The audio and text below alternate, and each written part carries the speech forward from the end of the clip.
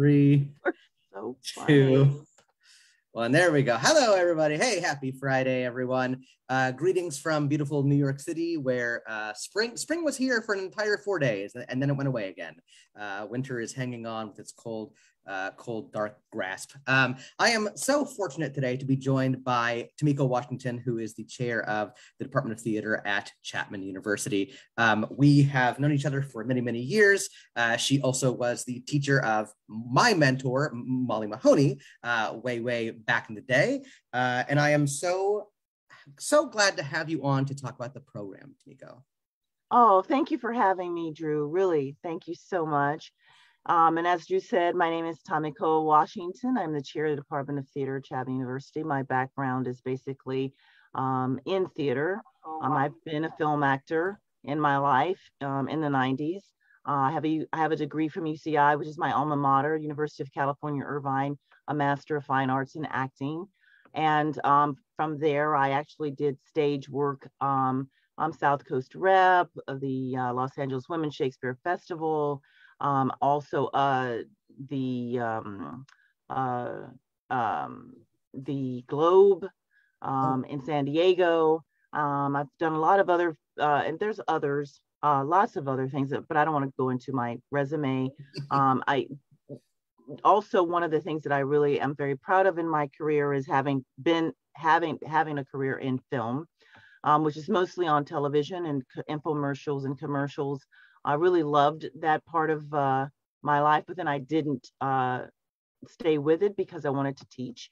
And one of the things that brought me to teaching was Ron Thronson, who was the chair of the Department of Theater back in the 90s. And that's how I got involved with Chapman, through him and Professor Braddock, who, if you guys know Orange County, he was the artistic director of the Orange County of the Shakespeare Orange Comedy for many years. So he's the one that actually also got me hooked up with Chapman. And my voice work, I actually have a certification in Fitzmaurice voice work, which I love. I also do Linklater, been doing Linklater voice work for many, many years. I am a Chekhov person. I'm a Meisner person, but my focus in which I teach is primarily Fitzmaurice voice work with Linklater voice work and also Suzuki movement. Oh, and cool. So those are my specialties that I've been teaching for many, many years, and also readjusting all of the curricula that I teach over the years to match the current student body. I will say that you have to change as the students change, because the way and things work. So that's my bio and where I'm from. I was born in Houston, Texas. I moved out to California in 1992 to go to school, and then I stayed. So I for the long haul. I don't think I'm going to leave, but traffic is. You have to love the traffic to stay. I don't love the traffic, but I love the sun. So I guess that's why I'm going to stay. So a little bit about our programs and what we have at Chapman in our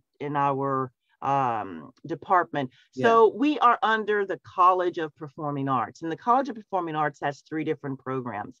It has a Department of Dance, a Music Conservatory, and a Department of Theater. And in the Department of Theater, we have 3 programs. We have the BFA Screen Acting, the BFA Theater Performance, and the BA in Theater, with different areas of study. So what's the difference between the BFAs? Yeah. We get this question a lot, right? We get this question a lot. What am I going to get if I come here and take the BFA screen? What am I going to get if I come here and take the BFA TP? Well, the big thing you have to know is that before you can even get to Chapman, you are going to have to send in your materials through Slate, which is an audition system that you have online, in which you upload all of your audition materials, like your headshots, your resume, your goal statement, your recommendation letters, and your actual audition piece. And so, that's the pre-screen to be invited for a callback, right? That's correct. So we have pre-screens. The one thing about the pre-screens I want to tell students is that when you do audition, you also have to apply to the to Chapman University, and you have to actually fill out a creative application. You can't really audition unless you do those things. But then after you do those and they're complete, then you can actually upload your pre-screen. So we have those. Now, when you put your pre-screen together and you upload it, just remember that when you do that, we will be looking at, I have a faculty that are assigned to screening those auditions. So we screen them, and then you're invited for a callback. If you're not invited for a callback, then you're not invited, which means that you don't have an opportunity to be accepted into the programs, but you have to get that callback from the initial pre-screen. So I just want to make that clear, because some students are like, well, how do I do that? Well, you got to do that pre-screen, then you got to get the callback, then you got to get invited. You're going to get invited with the callback to come in person to audition for us. And from there, we will choose our class for our next year's class. That's how it works. Now, what's the true difference here between the stage and the screen? Let's start with the screen acting.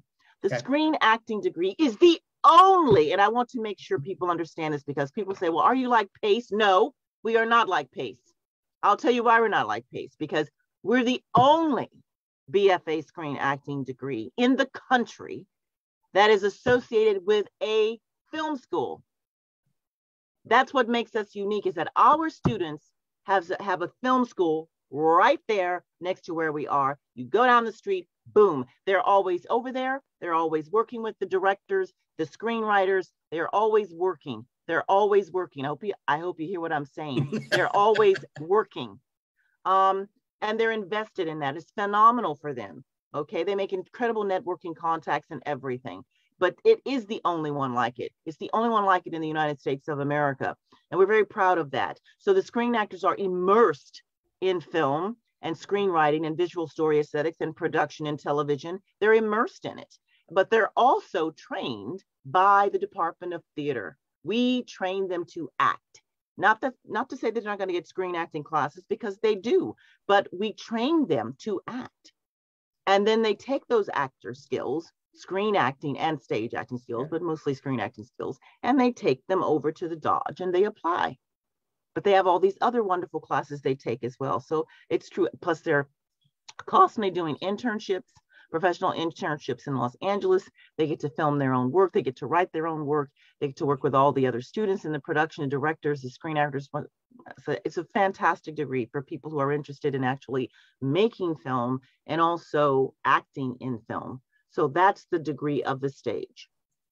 Now, the screen acting, the theater performance degree, traditional stage degree, but the way we work with our traditional stage degree is that we offer classical training for a contemporary actor with a global perspective. That's where we get, that's a little bit different than anywhere else in the country, because we want the global perspective to give our students different types of training and different perspective of skill sets, not just Western skill sets, but global skill sets that they need from other different types of training throughout the world. Like, for instance, Chekhov is Western, but it's also a Russian way of working, right? So we do Meisner, we do Suzuki movement, we do Tai Chi, we do improvisation, we do Shakespeare, so many different Shakespeare classes.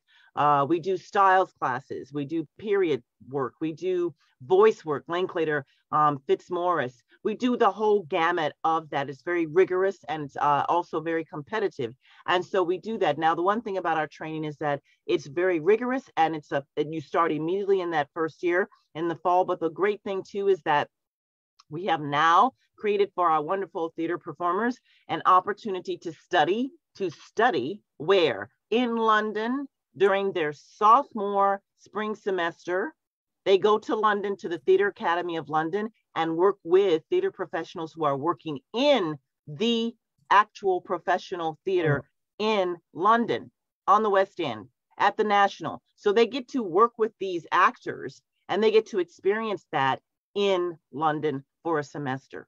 And that's only that's only for the theater performers, okay? Only for the theater performers. So that's the difference between the two degrees. Now, some students always want to ask, well, if I'm a theater performer, do I get to perform in films? Absolutely. You must be multidisciplined in this field today, the 21st century world of an actor. You can't just say, I'm only going to do film. No, you're not. You have to do everything. and not just everything, but you have to be able to be, involved with other aspects just in what you're interested in. Absolutely. So the film students do plays, our productions, and our production, the theater performers do film. So that's what happens, because that's reality. Absolutely. Okay, so just to give you that little background, our curriculum starts off, it starts off with some basic introductory classes, and then and then we take you through the whole gamut of what you're supposed to learn in 4 years. And you have voice introduction to movement and introduction to voice, and then you go take advanced voice classes and advanced movement classes. You have your basic acting classes, which go to the intermediate and advanced levels of acting classes, and then you have screen acting.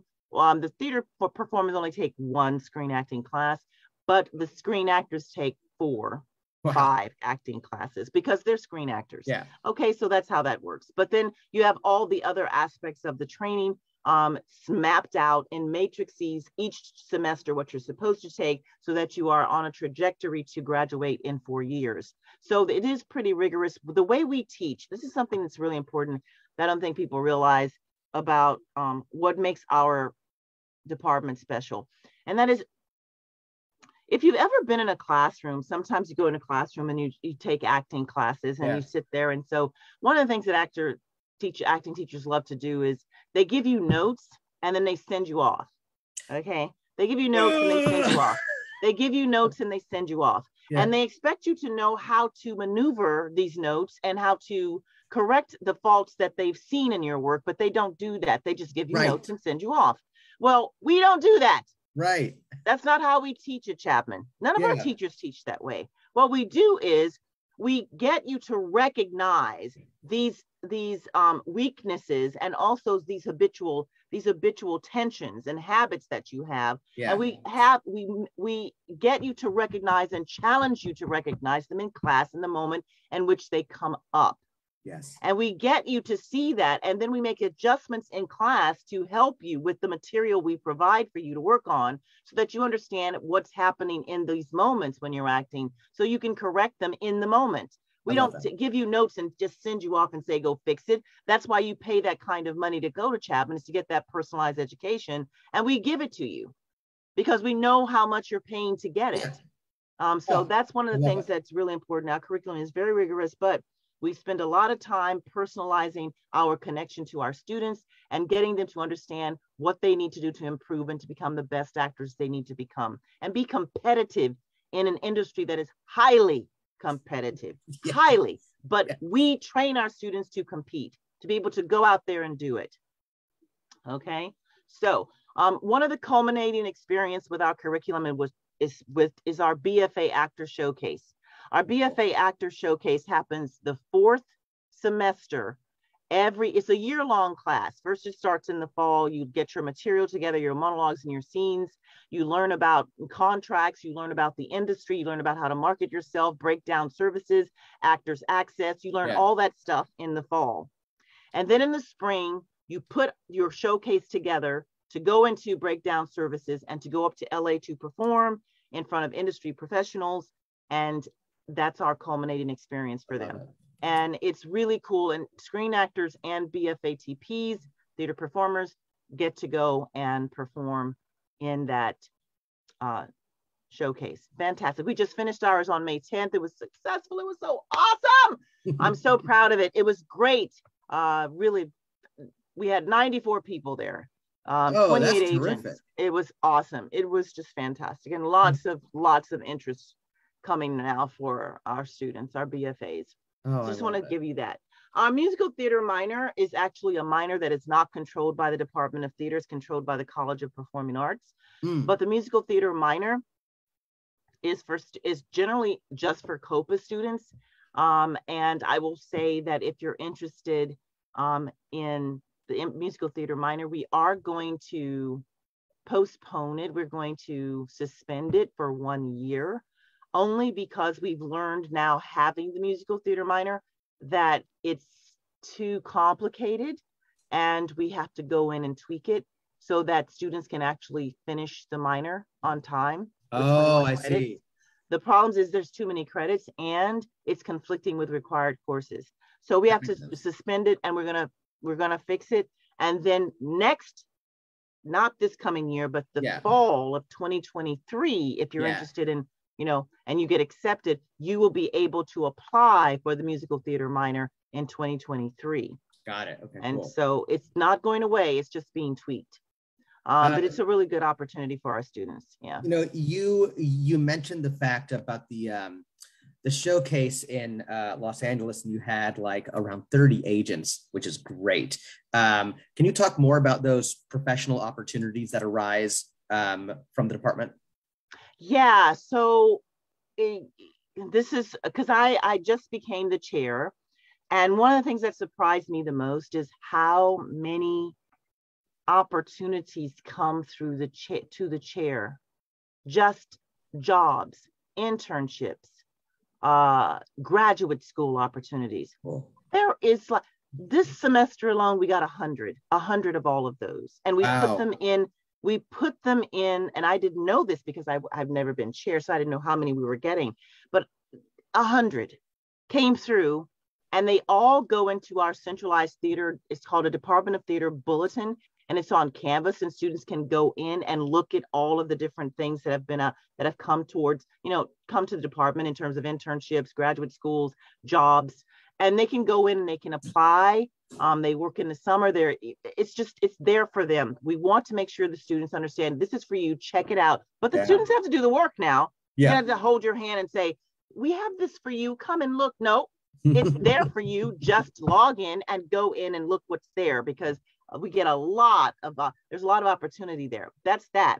And then, of course, the BFA showcase is just a stepping stone. It's like the stepping stone first step into your career outside of Chapman, to give students a sense that, yes, we're going to try to take care of you, to give you a sense of what could happen, outside of Chapman. And this is a stepping stone to that. And it helps them to know that they've been taken care of for 4 years. They really do want them to succeed. And I think that's the way we do it, is with our BFA showcase. We don't want students to graduate and say, no, go, yay, okay, thank you for your degree. Okay, now go do it. Yeah, right. Like a lot of programs will do that, just go do it. And you're like, well, I don't know what to do. I don't know where to go. How do I shape my career? And we want to make sure we give our students the tools to do that. You just have to. You can't send them out into the world without having those things. Absolutely. What about you do a number of productions a year, and there's student films being made constantly. What about guest directors and master classes? Okay, so those come through as well. Our master classes are offered each, and this is really interesting how we do the master classes. There's master classes that COPA, College of Performing Arts, offers for music, theater, and dance. And then there are guest artists for each classroom. Like we have classes that will bring in constantly guest artists from Los Angeles, music, theater, film, musical theater. They come to the class, they get paid a fee, and they come to talk to the students about the professions. That's cool. That's awesome. But we also, from the COPA to the class, theater department will have like 2 master classes a year, one in the fall, one in the spring. We just had one. I'm going to talk about it because it was so exciting. So we had our master class from Lambda in the fall. This spring, in the spring. It was fantastic. Oh, it was so good. I'm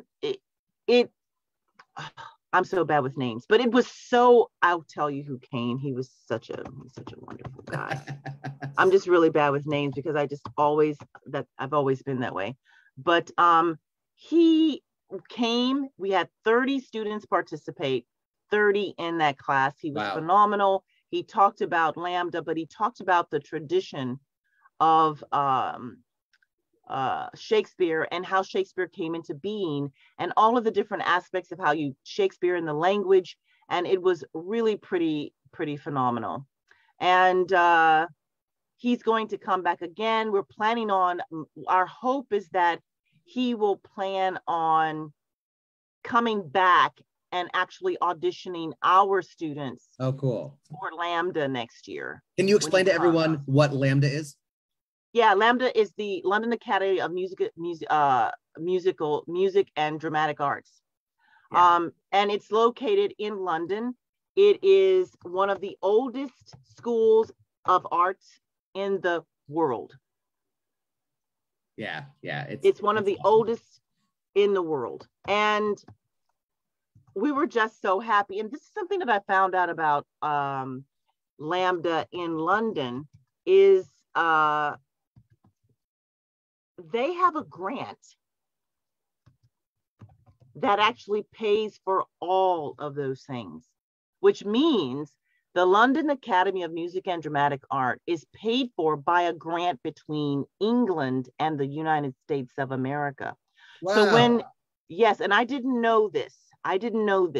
So that's why when I know his name now, Rodney Cotillard, when Rodney Cotillard comes and he actually works, he is paid by that grant. So it's all free to him. So he doesn't have to pay anything, which is fantastic. I was like, this is pretty phenomenal. Yeah, no kidding. And not just for that, but how he worked with our students, it was fantastic. So that we try to give our students these incredible opportunities. And we also work with local really successful actresses like Carol Foreman, who has come up. She's really big in television, and she's also really big in musical theater. So it's just that we try to get a variety of people to come in to work with our students and to help them with their careers, just to give them a background about what's going on in the industry and how these particular artists made it and how they maneuver themselves through this thing called Hollywood and theater, you know. So you know, we've described the opportunities that Chapman affords a student, the kind of training that they get. Can you describe, because I'm from Orange, so I have a fondness for the area. Can you describe the area around Chapman University and Old Town Orange? Yes. So Chapman University sits dead smack in the middle of Old Town Orange. It takes up most of the property there because it's a university. But what's surrounding the university is little quaint Old Town historical district of Orange with these historical houses, 100 years, 101, 102 years old, which is very family oriented and also student driven, because students live within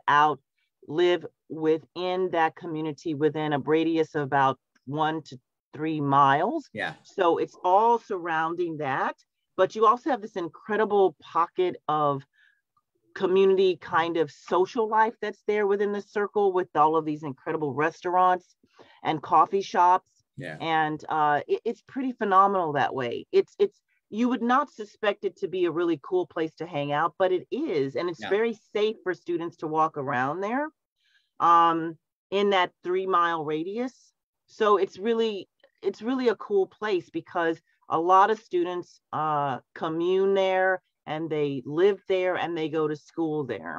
And there's a lot of there's lots of just, you know, people who live there on a regular basis because that's where they have their homes. And that's what I want to say about it. It's a really cool area, but also what's great about Chapman is that it's only on a good day. I would have to say on a good day, it's only 30 minutes away from Los Angeles on a good day.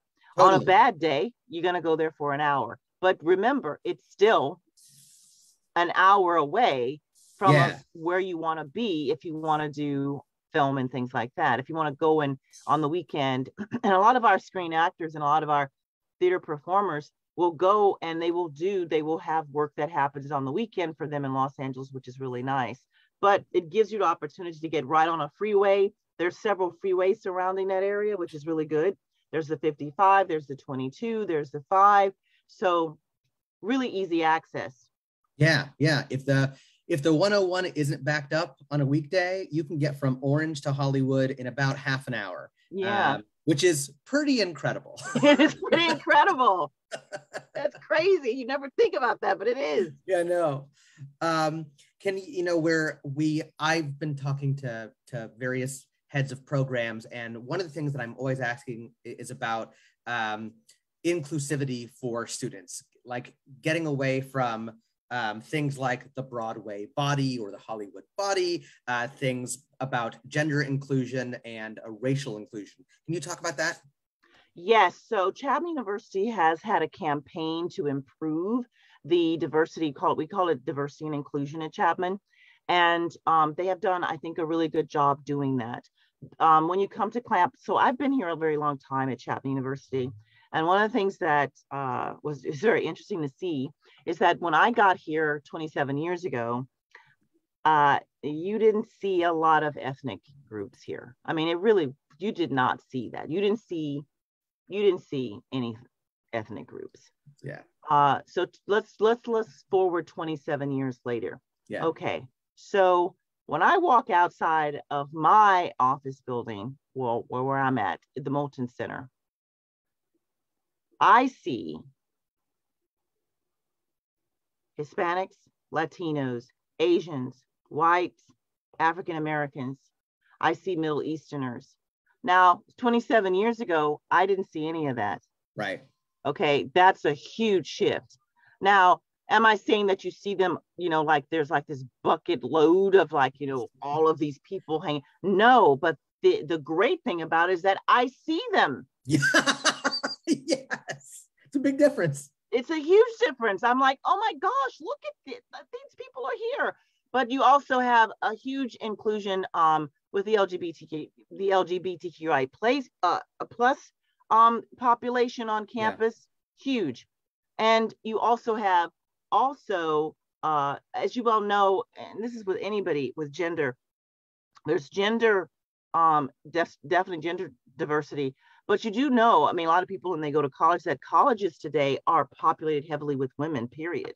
Yeah. But you do see, you still see the variety of diversity in men and women. You do see that on campus. So I think that's really important to note, even though populations of colleges and universities throughout America are really heavily women, you still see the population, I think, of men still, being able to be, to come to Chapman and things like that.